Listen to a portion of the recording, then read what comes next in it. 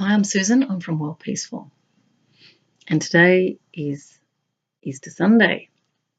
And I felt inspired to read some words to you, which you may recognize maybe from the heart, from one of the wisest teachers, although there have been many on the planet. But this is certainly one that has been remembered. Now, the name of the section I'm reading is called "Here is the Place of Certainty, Power and Fulfillment." Within this awareness lies the answer to every question you might choose to ask. Within the shimmering awareness is the reassurance that the end of the journey is certain. Within the shimmering awareness, do you abide at one with all minds and in every aspect of creation? Join with me here in remembrance of me. For this is the secret of communion, to relinquish the perception of the world in favor of the acknowledgement of reality. Mind reaches out forever, but it reaches only to itself. Therefore, every word that I share with you is already present within you. Here alone does love abide. There is no space for anything unlike love. This is why every loving thought is true. I'm just going to repeat that. Every loving thought is true. So whenever you've sat in argument with someone, say, it's true. What I'm saying, the facts. Is it coming from love or fear? If you're delivering that message from a love, then it's true. If you're not, then it's not. And of course, that flies in the face of the educational frame, which talks about truth.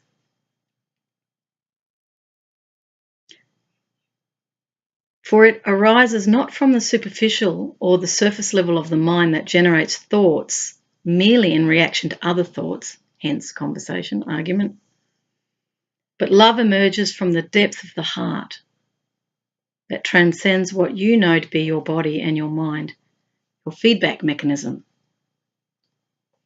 When you think a loving thought, you have been caressed by the touch of God. Now, that word God can be anything. It can be mystery, ecosystem, presence. You don't have to use that word. I call it omni, which means omnipresent. When you hear not loving thoughts within yourself, this can mean only that you have returned to the surface and have denied the depth within you. So whenever you're unloving, you're actually denying the depth of you. I heard a wise statement many years ago, and it says, the love you withhold is the pain you carry. That's another way. Or you are denying the depth within you. If you would hear only loving thoughts, simply observe where your attention is and allow it to settle deeply into this place, beyond time, beyond the body, beyond the dream of the world. For this place, the heaven within, is vast beyond comprehension.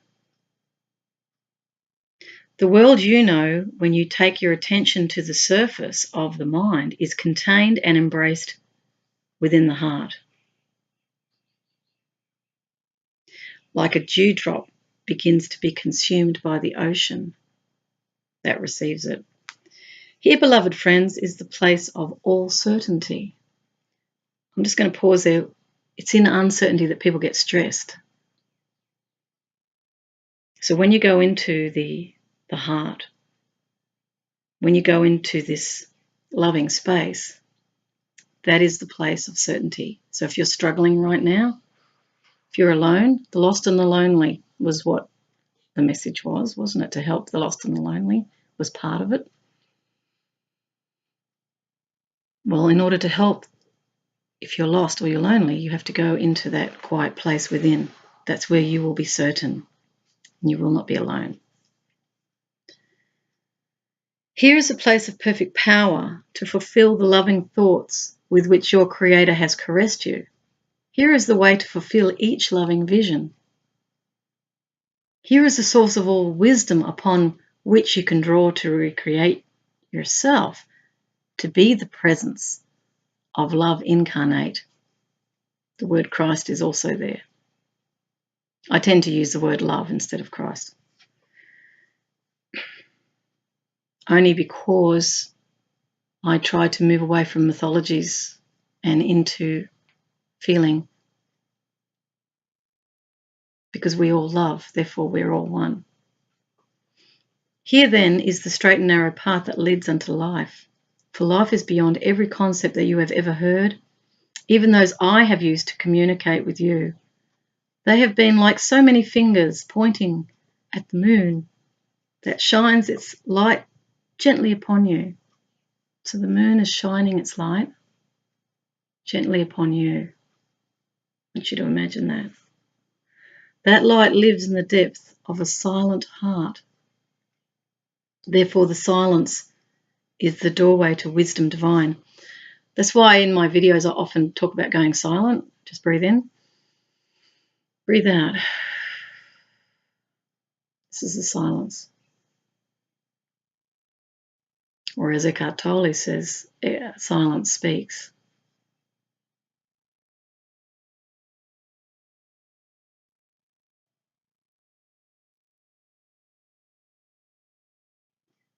Remain with me here.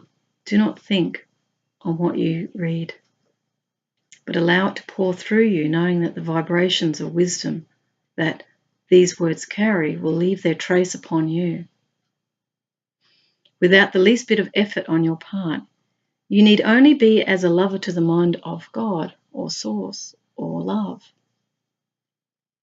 Opening, allowing, receiving, taking in that which your Creator would bestow upon you.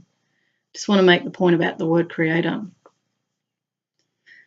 It's really that we didn't create ourselves, is the truth of this matter. Humanity did not create itself. Humanity did not create the world. This was a created thing. There's an intelligence, a mystery that birthed the physical reality in which we all live. But we're all so busy running around working, children, mucking around if you're a teenager. We don't actually stop and think, I did not create myself. And even the fact that I came through my parents did not create the very mechanism that brought me into physicality. They themselves were created. So when we speak of the Creator, we're speaking of something in the mystery that intelligently created all life forms. So remain with me in the depth of this perfect silence. Notice how you begin to feel a gentle spaciousness, a peace descending upon you like a gentle dove.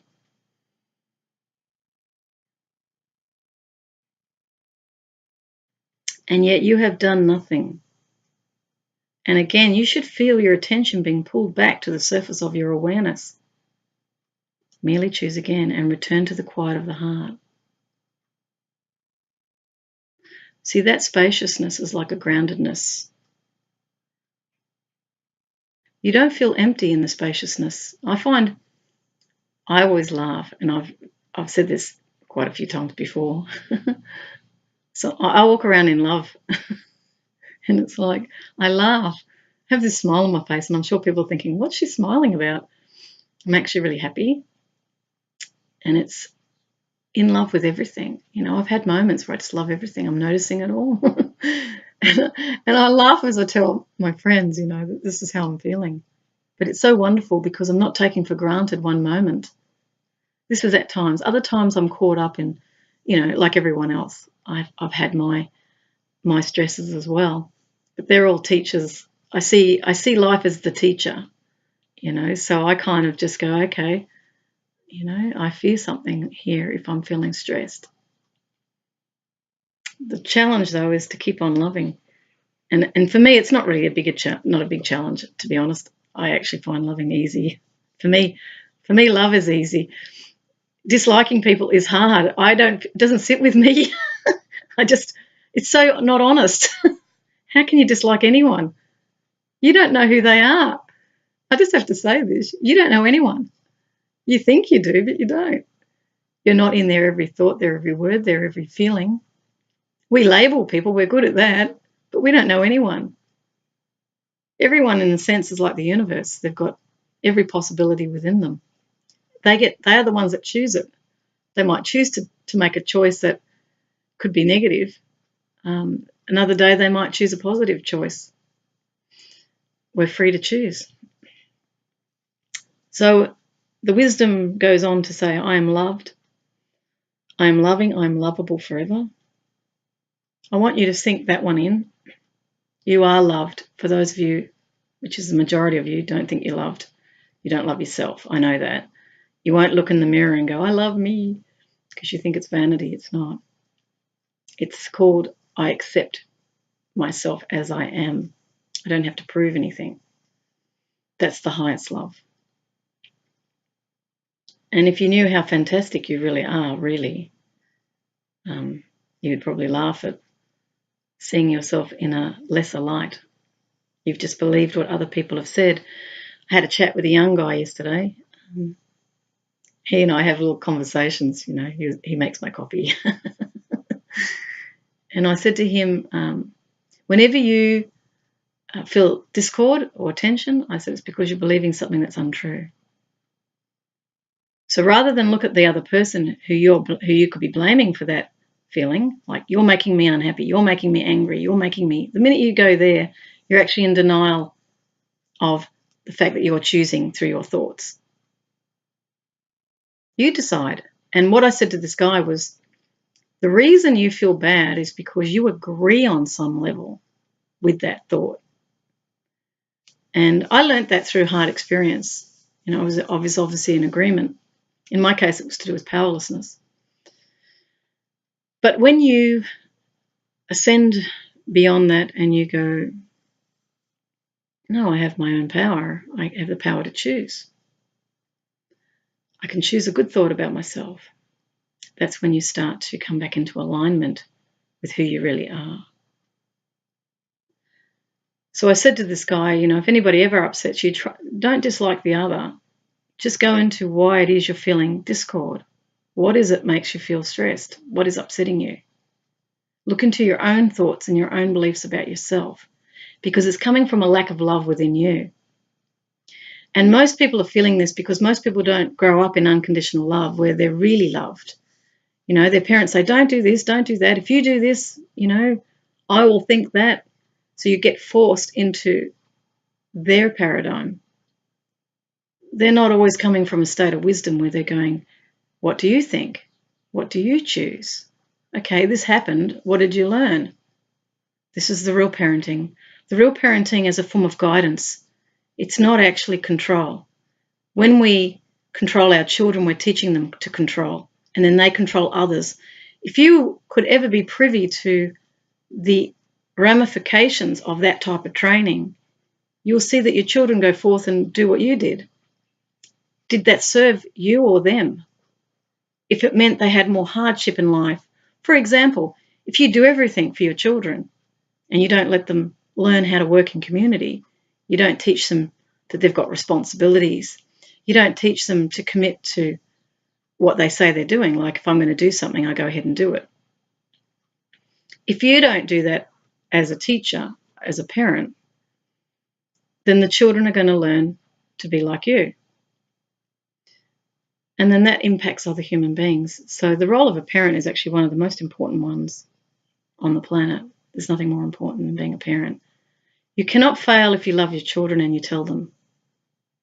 If you get angry at them and you demean them, you put them down, you say you're rubbish, why you're doing that is because you think you're rubbish and you're projecting. It's a little bit like if you can imagine the mind being projected onto a screen like this screen here.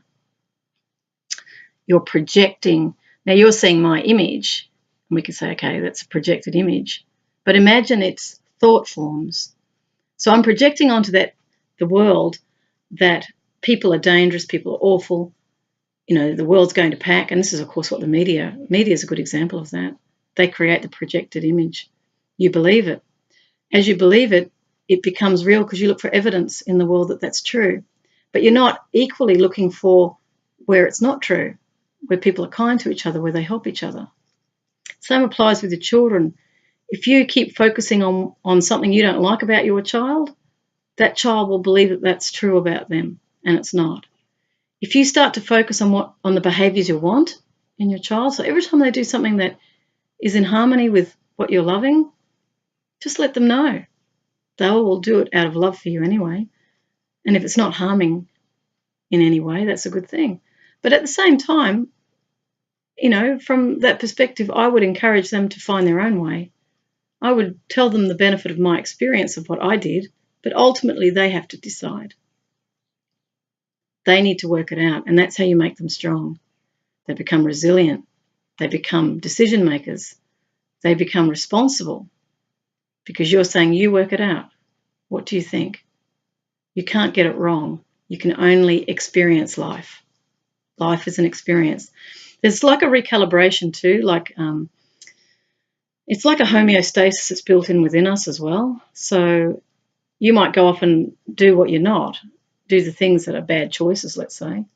But life will bring you back to making good choices because that's what feels good. So you naturally come back anyway. If you continue down that road of bad choices, then you've really judged yourself and you're not allowing yourself to come back to centre. You're punishing yourself by continuing on in that negative pattern. That's why punishment of negative behaviours doesn't work. It just reinforces that the person's in the image of this negative that they believe. What we need to do is to bring them back to say, well, actually, you've got a lot of good in you as well. I can see that.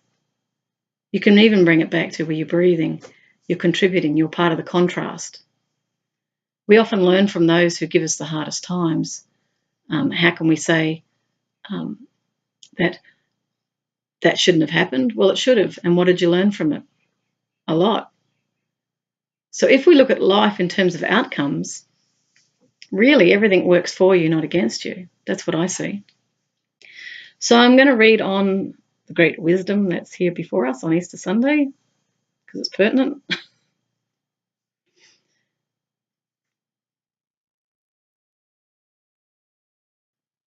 I am loved, I am loving, I am lovable forever. This is unconditional love. As you become grounded, as you come to feel grounded, rooted in that deep and silent place, ask whatsoever you will, and its answer shall not be hidden from you.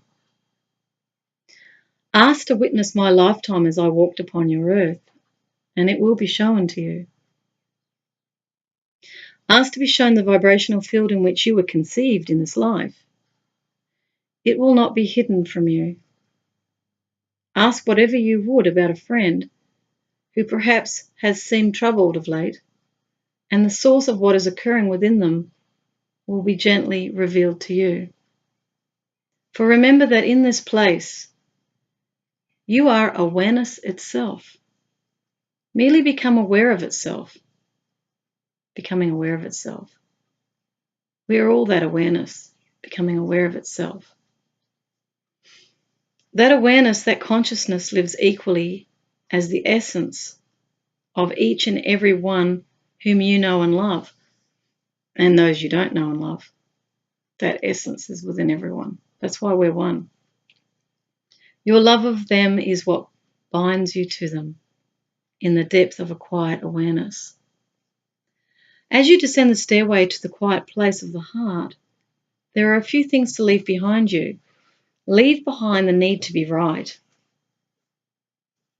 the need to be supported in the illusion or your illusions, the fear of rejection, abandonment, denial, and death. Well, that's hard for people, isn't it? I don't want to die. What if on the other side of that was something even better? I did near-death research and I was told that there's more and that our purpose in this life is to love one another. I interviewed quite a few people. It was fascinating. And they talked about the experience of hovering over their body. Some were in car accidents, some were in the operating theatre. It was very interesting, and they came into an altered state. It was very peaceful. Some of them said that they felt no attachment to their body whatsoever.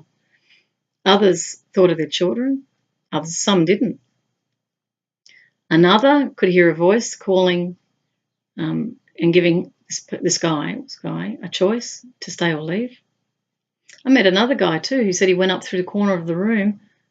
You know, he was in bed with his wife and he obviously his heart stopped and he went into the corner of the room, and he said it was through a point of light, and he was told if he went back, you know, his life would be hard because he wanted to go back for his children, he said. And he was informed that if you go back, it's not going to be easy for you. And he made a decision, I'm going to go back. And I asked him, so has it been easy for you? And he goes, no. I said, well, you went back. Okay. And when you start to look at life from that perspective, it changes everything. It's like, well, so my life, so I am in a glass house. My thoughts are known. Nothing's hidden. And this is the openness. That's why, in a way, with my life, I'm being very visible, very open, because this is the mirror of that. It's like you've got to learn to trust life. You know, if we all live in fear and cower in the corner, well, you get the life you think about. What you think about, you bring about. This is the law of attraction, which I'm writing about more and more now. If you want a great life, you want a happy life, you want, you know, a world that's peaceful and joyful and optimizing of your talent, then you have to lead by example. You have to be the change, as Gandhi wisely said. You know, you can't just sit there and complain about the government. It's okay to write what you want to write, just make it more factual, express what you need to express, but at the end of the day, come up with a solution on the sort of world you want. Speak up. Silence just conceals, and we don't want that. We want a visible, well, I don't. You might, that's okay. And I have to respect that too, by the way. For me, I want a world that's open and visible, and we solve problems and we have fun. That's the world I'm after. Anyway, I'll read you from the Master here. Leave behind every thought of what the world is and what it's for. Leave behind every thought you have ever held about everyone and everywhere. I like that terminology. None of it's true unless it's loving. Surrender, relinquish the world of your perceptions and come quietly to kneel before your Creator. There is in the silent place of the heart, unattached to whatever is given you or shown you, nothing will be kept secret. Hence what I said.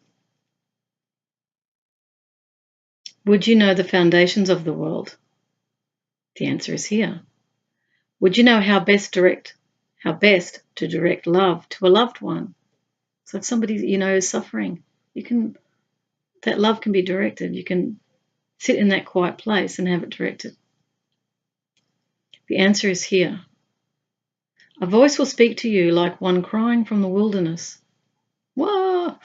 Sorry, there's the clown in me.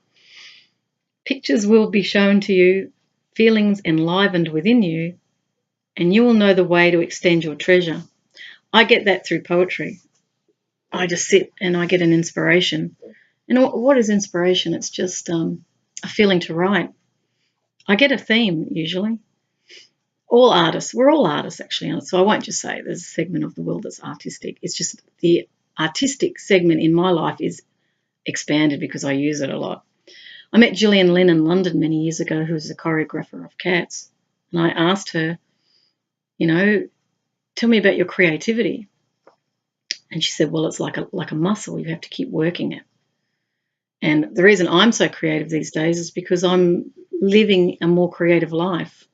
I'm not living out of what I have to do. I'm living out of what I love to do. Now, it's put me in a position where I've got no income. I do have places to stay, but I have no home. I don't own anything. And it's not that I'm being holier than thou or humble. It's just that money doesn't do it for me. Although I don't mind. If I get money, I'll use it. But my life is not driven by it. because I haven't owned all these things, I don't have things to pay off, right? So there's a freedom in that. I don't have any debt anymore. There's a freedom in that. So what I chose, and I chose this at 28, was to go for the life experience. I chose the experience, not the money. That's what took me down this pathway of all this experience that I've got now. I've been a journalist, market analyst, typist, I've stuffed envelopes. I've worked in hospitals. I've worked in legal firms. I've worked in medical, foundries, factories, submarine bases. I've been on a children's channel in London. I remember that. I've worked for Christopher Skase. I remember him. You remember that guy who was hauled up on, they were after him for corruption. He went to Spain with a bad bag and then he died of cancer, I think. Well, I worked in his offices, which were all chandeliers, and he even had artifacts from Egypt. I worked there. I've worked for politicians, worked for unions, the list goes on. 400 companies I worked for. So I got to have a look around. So my experience was my intention from 28. I just went, no, I'm not going for the money. I had someone try to offer me more money as a market analyst, but I chose to go to London. And that was a hard couple of years, but it was a great experience. And in fact, I wrote a lot of diaries at that time, and I remember sort of writing, I was looking at buildings, I was looking at churches, I was looking at architecture, and I was looking at the power inherent in those structures, how we look up to these things are so big, and we think we're so small. It was all marketing. I've even been to Rome. I've been to the Vatican, and I remember, no offense to all the Catholics listening to this, but I remember this sculpture, and it was kind of like a copper sculpture of the earth. So if you can imagine, the continents were these panels, these copper panels, and around that was space. So you could look right through the sculpture, essentially. But there was like a big crack right down the center. And I remember thinking that was a division in the world, that we've divided. So even through religion, we go, I'm a this and you're a that. That's division. That's not unity. The teachers were not teaching division. They were teaching unity. Love is not about me and me against you. Love is about you are me. I see myself in you. Where have I done what you've done? So when we sit and we judge someone who's broken the law or taken drugs, and we diminish them, or even a woman who sells herself for sex, we call that prostitution. And I've had realizations of this with some friends who marriage broke up, husband stopped giving her money. And I remember thinking, oh, that's interesting. Whilst she was married to him and agreeing to that deal, he would give her money for sex. So it was the same thing. That's what I saw. So, at least if somebody's doing this, they're doing it honestly, and, they're doing what they do. Who am I to sit in judgment? Not at all. And, of course, these teachers, this one in particular that I'm reading from, would be the first to say, don't judge, and actually befriended a prostitute, In some of my blogs, I've written one blog in particular on prostitution to spirituality. I talk about the chakra system. I also talk about the fact that, how men project onto women. She's just a this or she's just a that, but he's the one asking for the service. He's asking to be serviced. What is it within him that feels he's that unlovable, that he can't find that love that he really seeks? But he has this need that he is wishing to, relieve, if you like. But it's a very loveless connection. And there's what I pointed out in that particular blog was that the energies mix. You're taking in energy from each other. So whom you make love with, you have to be very, very careful that because you're taking in their energy field. Jeshua talks here, I've now said who it is, talks about the vibrational field around people. And these vibrational fields are filled with, your positive, negative energy. So when we mix with people, you might say, oh, I feel something about this person. You're sensing something in their energy field. That's what's happening. We go beyond our physical body. You can sense a person's energy. You might get drawn to that person. something that attracts you. So there's probably a resonance in the energy field, or there's a lesson that you're here to learn. That's why you're being drawn. That's why we're always drawn to people. There's something to play out in that situation. So it's to be welcomed, and it's to be,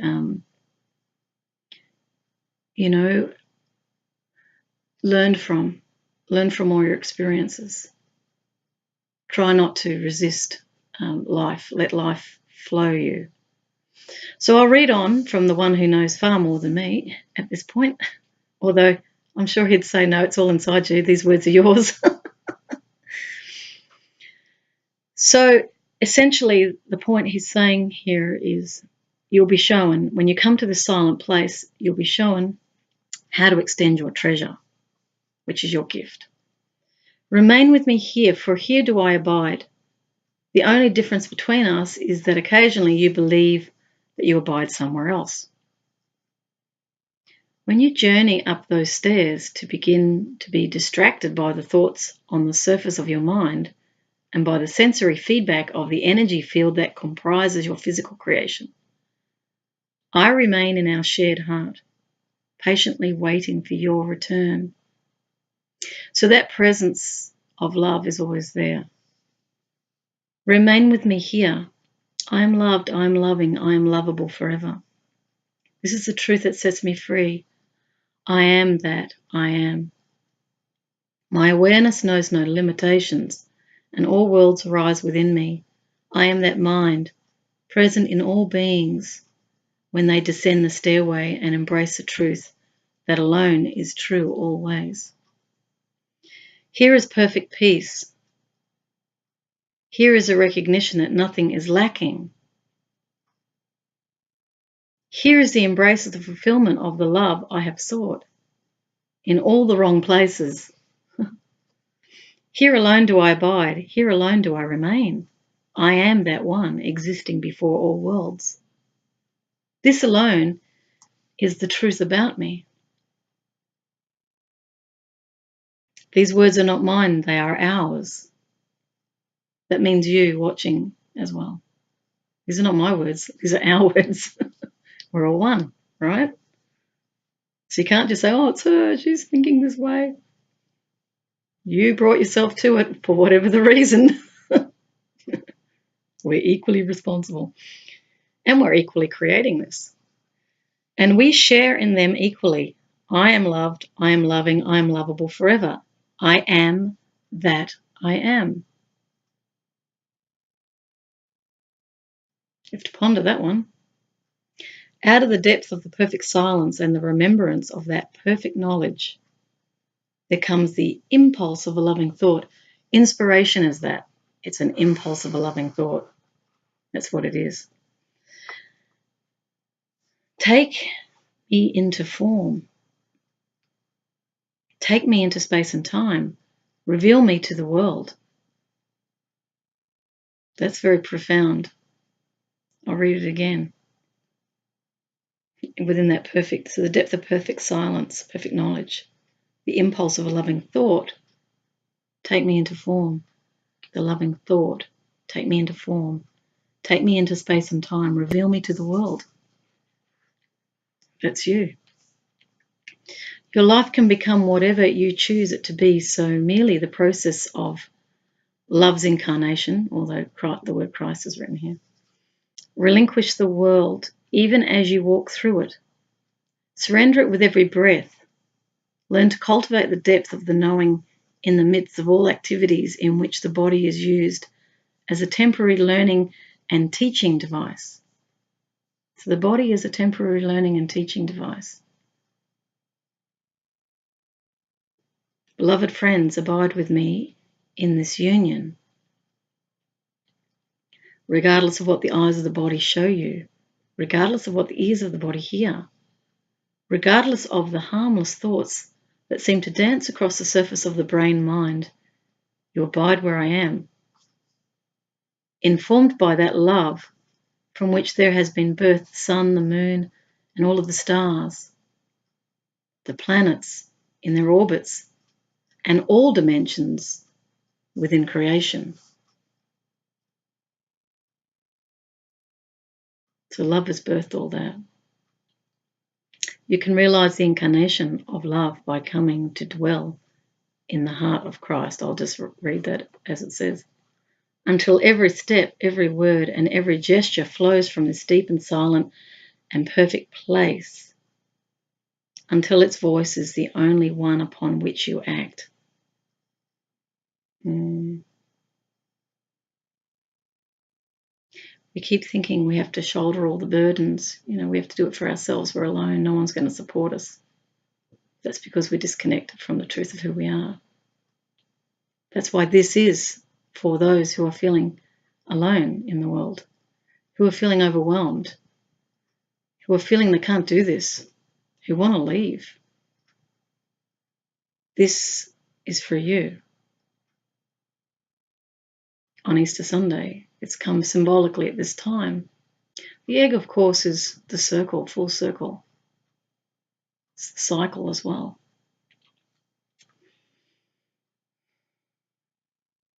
Even as the thoughts of the world stream through your brain mind, even as the sensory data are received through the cellular structures of the nervous system of the body, you can relinquish these things and act only from that depth of perfect wisdom, perfect safety, and perfect peace. Imagine living like this.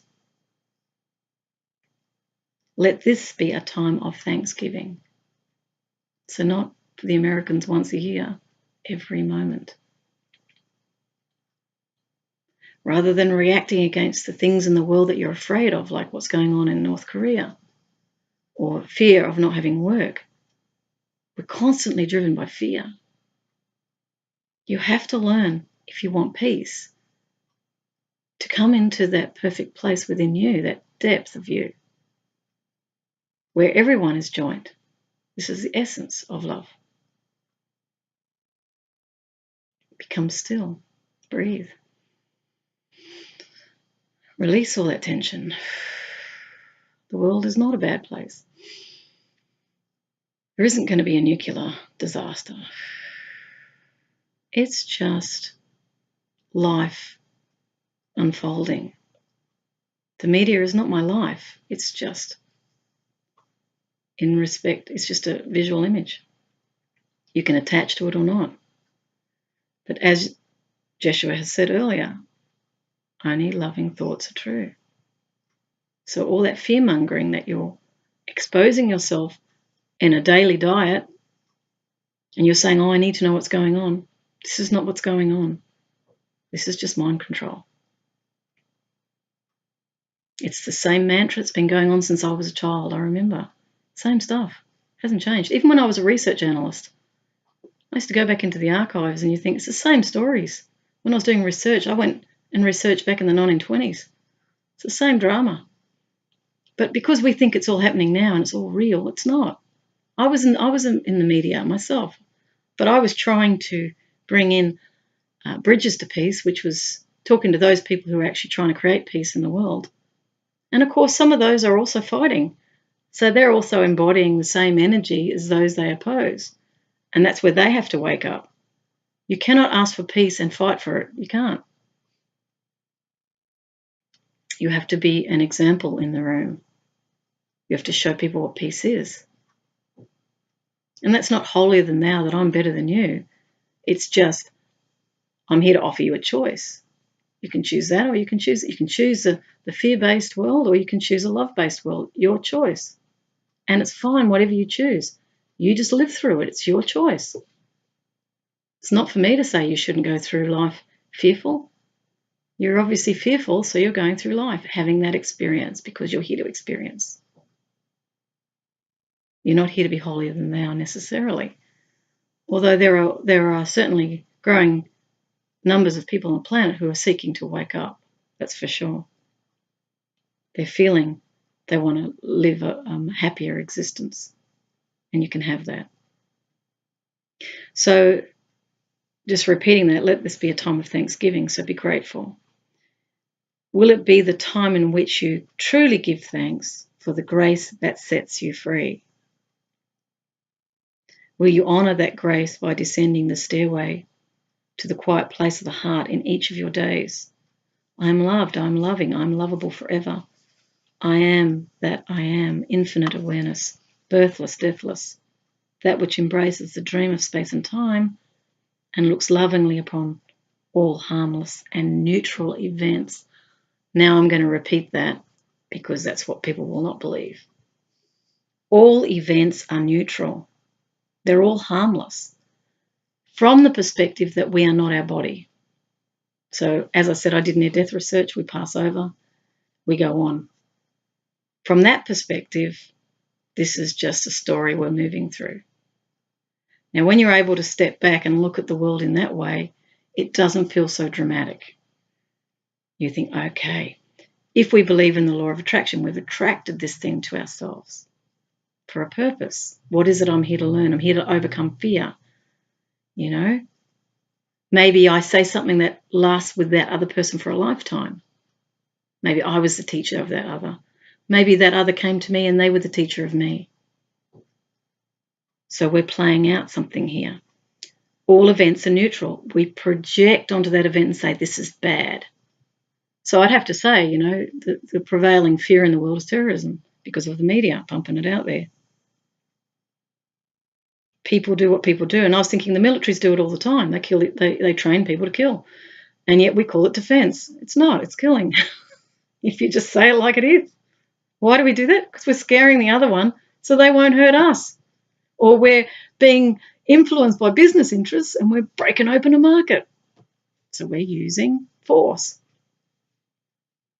It's the truth that sets one free.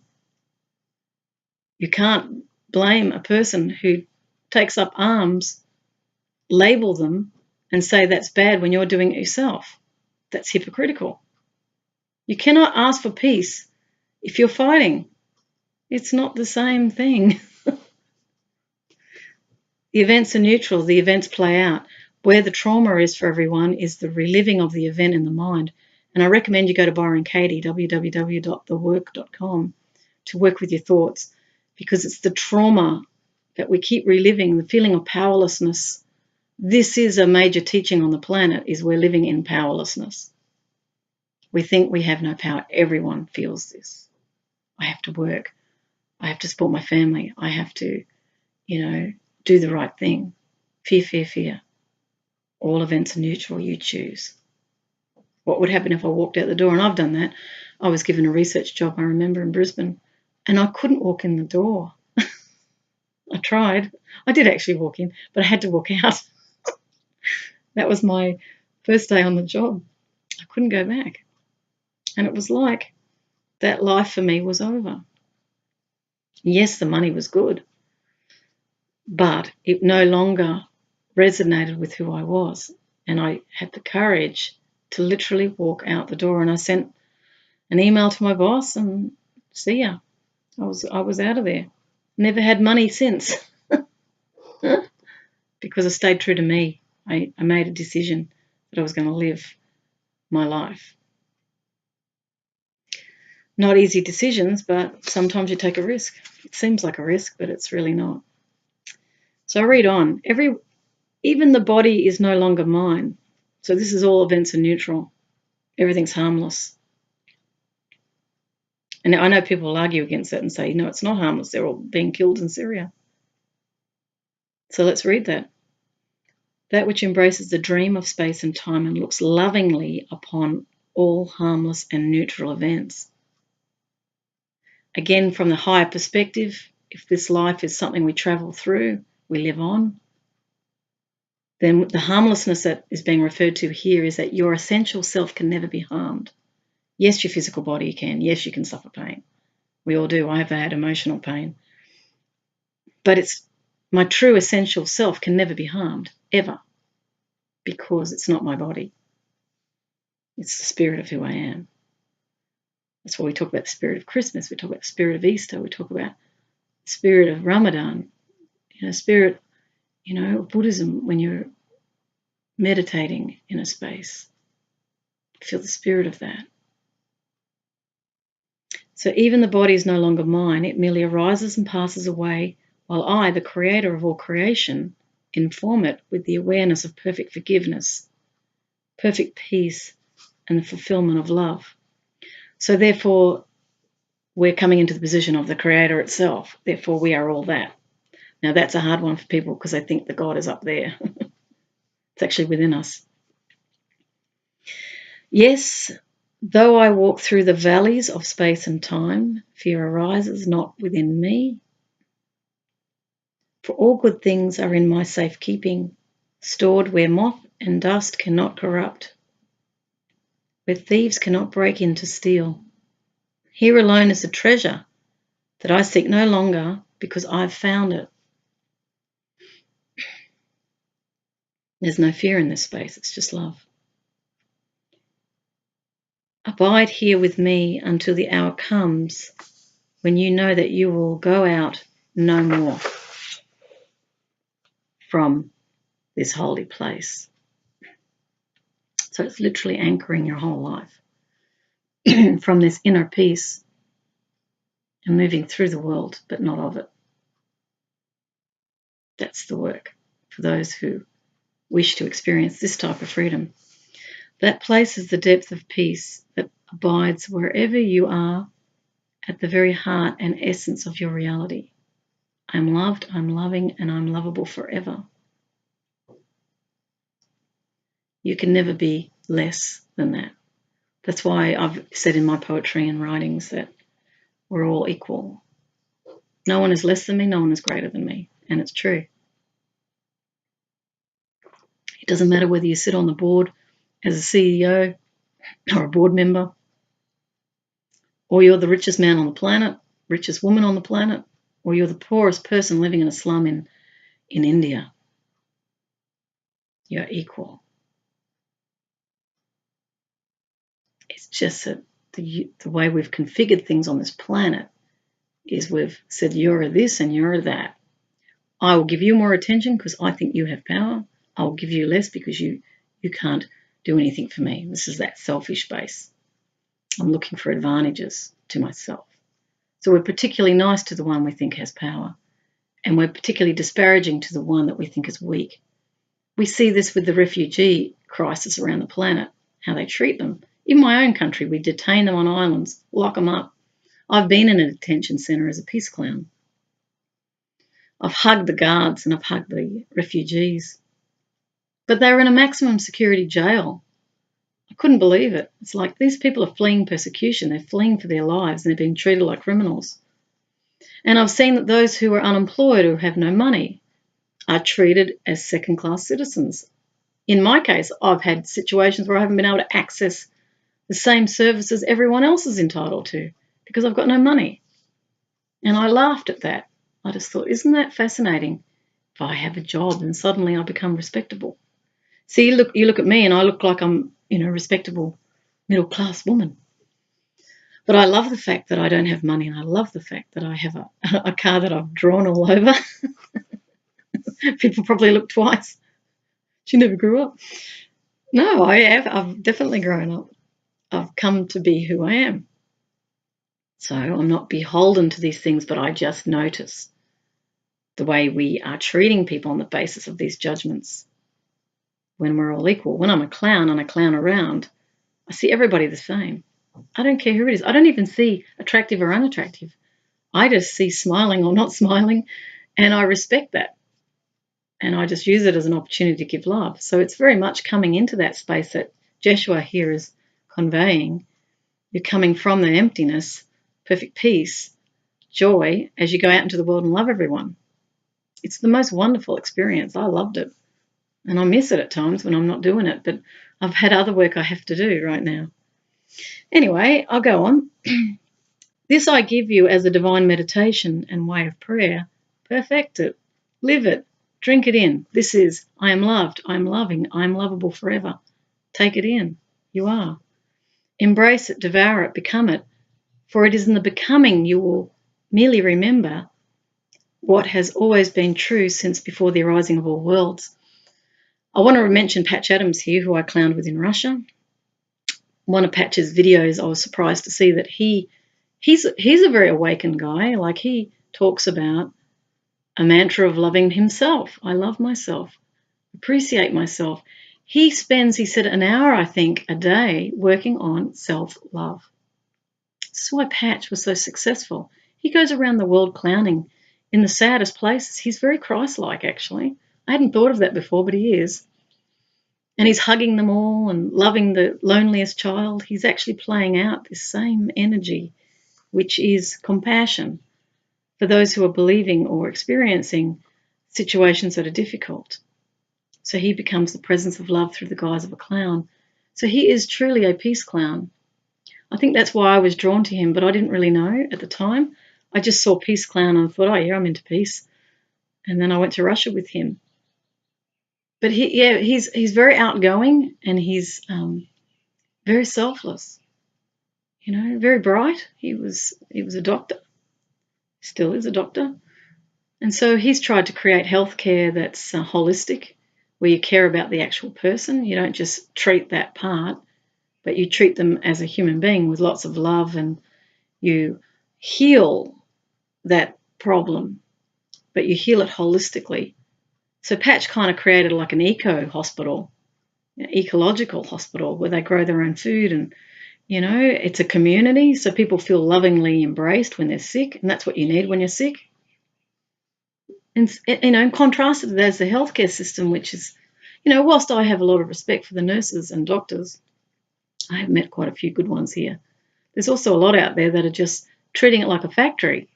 You know, they come in, they come out, they overprescribe because the pharmaceutical companies are in there pushing drugs so that the patients get hooked on them. Some of these drugs can kill you, but, you know, after a certain period of time, so they see a natural rate of when you're likely to die, and that drug builds up in the bloodstream in the body. And had you lived to 100, it probably killed you at 90 or something like that. But there's no love in that. It's just pushing these expensive drugs so they can make lots of money. And that's not loving. That's not what this is about. It's a denial of who they are at the depth of who they are. So those engaged in the businesses have all been taught business is good. And, you know, we can hear them, all the mantras, business is good. It's sinking the planet. It's sinking the planet. They're overproducing. We are competing. More countries are coming online, engaging it. We've got online now sales. So these physical resources are being used up in products we don't even need. But we're saying, oh no, we've got to make money. When you make money, you're secure. No, you become less secure because you need more security, right? I have nothing and I need no security because no one's going to steal from me. I'm actually more secure. But the planet itself hasn't got the capacity to recover from this constant extraction and this constant competition which drives things. There's no natural homeostasis around economics. It's just demand and supply signals. Oh, I think I'll have that. That looks good. It's not coming from a real deep need. It's coming from, oh, that will make me look nicer. People will attract to me, or I'll feel good about myself because I have that product, rather than going straight to the source, or as Joshua would say, going into the deepest point of peace within, where all your needs are met. See, the spiritual life is completely opposite to the material life. That's why often the spiritual people are cast to the side as dreamers, you know, because there's a threat for those who have a vested interest in maintaining this hamster wheel of production, which has been set up in a structured way around the world to keep certain people in positions of power and abundance, they think. But what happens when it all runs out? What happens when the oceans are fished out by 2050? What happens when the ice caps melt? Because we've pumped up so much CO2 into the atmosphere, we've heated the planet. What happens to the Gulf Stream when it stops? That's circulating the water based on cold water sinking to the bottom, warm water rising. This creates the conveyor effect. It's like a figure eight around the world. The waters are moving and they're alive. But then what happens when they stop? Stagnation. Ice age in UK. What happens? Do we become a snowball Earth again? what happens? What do we want? What serves us? Not what is right and wrong. Oh, it's right to be in business. But does that serve us? If it's polluting the planet and destroying the resource base, the life support systems are being destroyed. What about the next generation? Does this serve them? See, these are the questions that love asks. It's not a whimsical, wispy, spiritual whatever. It's not. It's who we really are when we stop thinking. Come into that center. Breathe in. Release the tension. Breathe in inspiration. Breathe out insanity. Breathe in innovation. Breathe out old paradigms that no longer serve us. Awaken to something new. This is fun. This is not a threat. This is fun. This is moving beyond your comfort zone. This is the jumping off the cliff as the fool. The fool is a very wise archetype. It's the archetype of taking the risk. There is no risk in truth. There is something going to support you. You're supported by life itself. This is what I'm learning. I want to read this next bit because it feels right. As a bird returns to rest in its nest, as the melting snow becomes a river that flows into the depth of a silent ocean, so too be you wise as serpents and dissolve into this depth of the truth of your being often, until you abide here in everywhere and every when. And when the body steps upon the earth, the touch of the foot upon the earth will remind you of Christ's blessing or love's blessing. They're interchangeable terms. And when the vocal cords are used to form words, the words that shape themselves will teach only love. I love you. You want this job. It's yours. How can I help you? You've written me a message. I write back. I speak my truth to you. I love you. I feel that actually when I say it. I actually felt tears then. I love you as I love myself. That's why I feel empathy for you. I know what you're suffering. I've been there.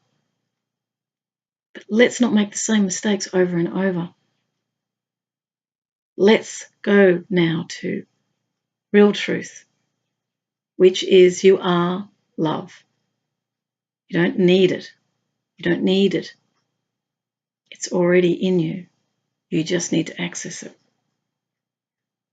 Here then, beloved friend, is the essence of all that I would extend to you in this lesson. Now practice gently descending and ascending upon the ladder of awareness. Give yourself permission to ascend, to notice the thoughts that stream through the mind. Hear the sounds around you. Stop and listen. Feel the weight of the body in the chair where you sit, and then descend again. I am free. I am loved. I am lovable. I am loving forever. This is the meditation for Easter, for beyond Easter, for every moment. Abide a little while here, in between the busyness. Then choose to ascend again. Listen to the sounds around you, the beating of the physical heart. Shift the weight of the body. Notice the thoughts that stream through the surface of the mind. Relinquish these things and descend again. Just relinquish it and descend. Gently ascending and descending. For as you do so, you will join both poles together. This is heaven on earth, is it not? It's what it is. And you will cultivate within yourself the awareness of the spiritual power necessary to be in the world, but not of the world. We're passing through. We go beyond. When you die, you live. If you truly believe this, you will not fear your death. In fact, it's been written that your death is perhaps the happiest time of your life. They say you release like a butterfly. It's actually very beautiful when you die. So why fear it? You're just fearing the unknown. You know, we fear the pain and all that, but there's lots of drugs. So can there be a greater accomplishment than this? Can there be anything that can offer to you a greater fulfillment than to be the conduit through which infinite awareness and power flows with every breath, every gesture, every word spoken? Imagine that. To reveal, I say love, but it's written here as Christ. So to reveal Christ to the world through you. So in other words, everyone can embody the very thing, the very essence of what Jeshua was teaching, what I would say Muhammad was teaching. Let's think, there's Byron Katie's another one, Eckhart Tolle's another one. They're all over the place. These beings that we would associate with that Christ consciousness, which is really just the essence of love playing out on the planet. Because the love is what brings into the rebalancing, the recalibration, the reset of the earth. Because we've been going down a certain pathway that's not going to lead us to places that are going to serve us. If we keep fighting and we keep hating and we keep rejecting. I mean, some will stay locked into that mindset and they will really believe it until the day they die. But when you die, if you're listening to this and you're one of them, I love you firstly. Secondly, you'll be really surprised when you pass over the life that you led. And you'll be showing it. They call it a life review. Look into Dr. Raymond Moody's work. He's done a lot of work on near death. And he talks about all these cases. He's done hundreds of them, where when people pass over, they're met by a being of light. They get a life review, it flashes. So you see your life. Apparently you see it from lots of dimensions. So I might be seeing it from someone looking at me, what their thoughts were. I bet you've always wondered, I wonder what they thought. You know, the people you thought were upset with you weren't, and the ones that appeared not upset with you probably were. So imagine if you actually were privy to their thoughts, and you will be at the point of when you're passing over. The reason you're showing all this is for you to learn, because we're here to expand consciousness, you see. That's the living essence of who we are, is actually consciousness. It's not the physical body. And so there's kind of like a collective knowledge that keeps, they call them the Akashic records. Knowledge is held there. And these are esoteric teachings. Yes, they are. But, well, you know, what's science? It's another, I would see that as an esoteric teaching too. You know, it's like they're just ways of seeing. It's not really that mysterious. You just choose, and you're at liberty to choose. This is the freedom everybody is living in, whether they feel free or not. You are actually living in freedom to choose. So I'll go on, and this is nearly finished now. So enjoy then your practice. Know that when you descend to the place of the silent heart within you, I will greet you, and I will sit with you in the depth of that silence. And our minds and hearts and our souls will merge as one. When you ascend, you take me with you, and when you descend, you drink me into you, until finally there is no difference between us. When the world looks upon you, they will say, behold, I'm in the presence of something mysterious, something attractive, something vast and peaceful and filled with power. Surely this is the child of God.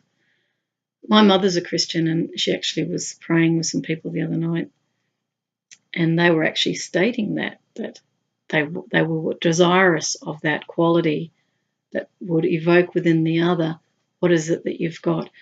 I don't know whether that was coming from a humility or whether it was coming from, I want to be special.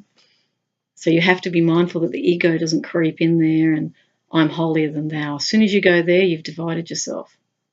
So if I say to someone who's an atheist, oh, you haven't found the way yet. One day you'll get it. How arrogant is that?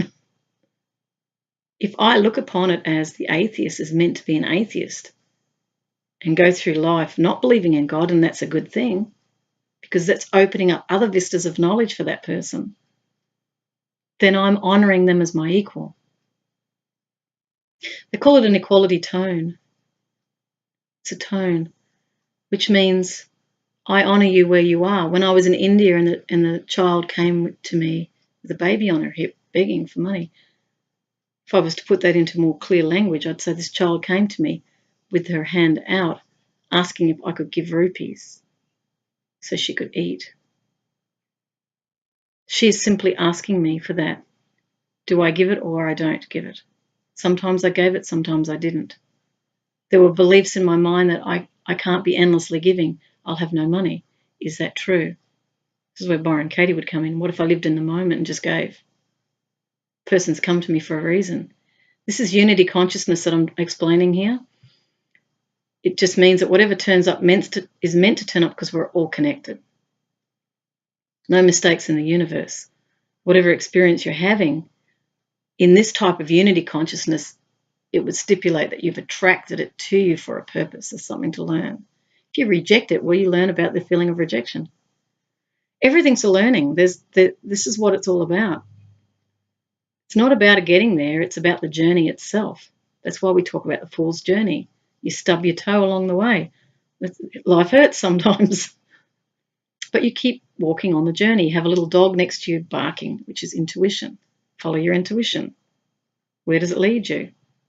You come into the world essentially as this being and then you die. So whilst you're here on the planet, have a listen inwardly. Get a sense of inner peace. Make decisions from there. So it goes on to say, from that mind we share as one. I say unto you again, may peace walk with you.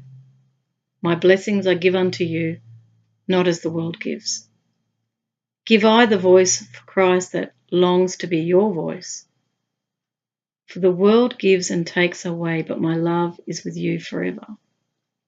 Let this love become your very own. Claim it, own it, taste it, drink it, breathe it, walk it, talk it, incarnate it. So it's pretty much integration is what is being said there. Be one with it. If you admire, instead of going, oh, Jesus is great, we'll go and pray at the church. Or for those who aren't, let's go have a holiday. If you're inspired by that idea of love and enjoyment and being loved and, all the beauty that comes with that and the fun that comes with that, then drink it and be it. I mean, it doesn't matter whether you believe religious texts or anything. None of that really matters. These are just guidelines, guideposts. Ultimately, you choose. Though I go now to recede into silence, yet do I walk with you on the way that you will choose, that it might become a way that extends the treasure of your perfect knowledge, that you are loved, that you are loving, and that you are lovable forever, that you are indeed that which you are, and you cannot be anything else. Gently touch each moment with that which you bring from what you discover in the depth of your journey into the heart of Christ, or in the heart of love. Peace be with you always, and light your way while you abide within the world. You are indeed sent forth as love, who holds all power to extend the treasure of truth. Truth is within you. You can't find it in books, although I'm reading it out of a book. I like the irony of that. But see, that's the truth. And that's what I'm constantly accessing is, okay, all right, what do I think? So I don't blindly read this and just go, oh, yeah, okay, I'll go and do it. I laugh and think about it as well. Be you therefore that which you are, and you are the stars that light in the heavens and bring radiance to the things of time. Go you therefore into the world and bless it with the radiance of the love within you, or for Christians, the Christ within you. If ever you need to know where you should be, descend to that depth.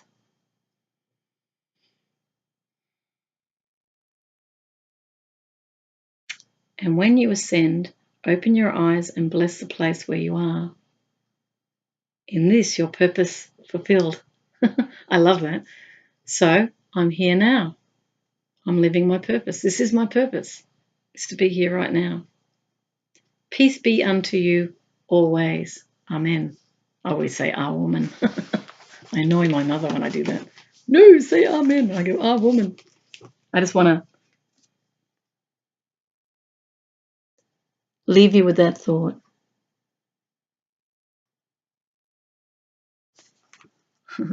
Love. Go and hug everyone. They're doing the best they can. And if anyone's hurt you, forgive them. This is now a good time to reflect on that. But the most important thing is to love yourself and forgive yourself. You're doing what you need to do in order to awaken yourself. And that's how wise you really are. Everyone is a master, not me. You all are. I don't know what I am, really. I'm a fool for peace, I guess. That's it. Bye.